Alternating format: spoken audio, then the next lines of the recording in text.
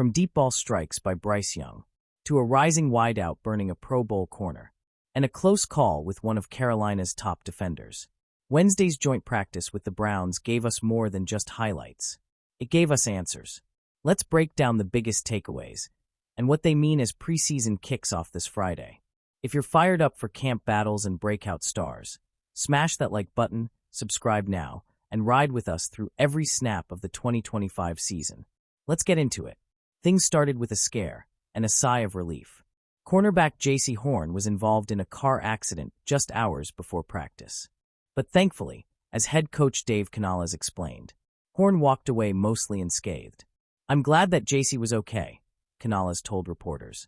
"He did have to have a few stitches in his thumb. He'll be able to still do some activity and running and all that. But he will not play this game.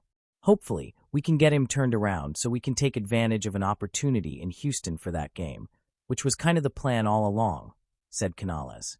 And even though he wasn't on the field, Horn was fully locked in, encouraging teammates, staying vocal, and showing leadership from the sideline. That's the kind of mindset you want in your star corner. But let's talk about Jalen Coker, because this second-year wideout might have just made his biggest statement yet. During 7-on-7 drills, he didn't just catch 2 touchdowns. He roasted 4-time Pro Bowler Denzel Ward for a long score. And Canales noticed, "I think Jalen has taken full advantage of the 5 weeks that we had off since the spring. In OTAs, he kind of just was ramping up, kind of getting a plan for his readiness, and he came back a different athlete. I have to say, of all the guys, Jalen really did a great job," said Canales. Last year, Coker was just a rookie thrown into the fire. But this year, he's got a plan, a routine, a real shot to become a go-to guy. Whether it's his speed, body control, or transition routes, he's clearly leveled up. Keep your eyes on number 18. He's making a real push. And of course, the spotlight was on Bryce Young. Against a Cleveland front that included Myles Garrett and Mason Graham, the third-year QB held his own, and then some. There were a few bumps early in 7-on-7s, a couple of off-timed plays. But Bryce bounced back, with poise and precision. Canales was encouraged, just finding his guys downfield. I think the 7-on-7 period, they weren't on the same page a couple times. And so, there's something that we can kind of work through. But I just love the bounce-back plays. The Browns are pros, too. They made some plays out there. Just a highlight to see that front. It's a pretty good front, said Canales. Even Myles Garrett, the heartbeat of Cleveland's defense, gave Bryce his props. I think he looks a lot more comfortable than the first time he suited up.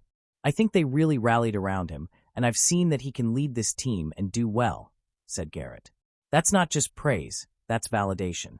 The Panthers are giving Bryce full control, and he's showing why. With timing improving, trust building, and confidence growing, the Bryce era is starting to take shape. So what did we learn? J.C. Horn avoided a serious injury and is expected back by the second preseason game. Jalen Coker is turning heads and burning top corners. And Bryce Young just earned the respect of a former Defensive Player of the Year. With the preseason opener just around the corner, the pieces are falling into place. But the work isn't done, and the competition's only heating up. If you're loving the growth you're seeing, drop a comment, smash that like button, and make sure you're subscribed. We'll be following every snap all season long. This team is growing fast, and the best is yet to come. Keep pounding.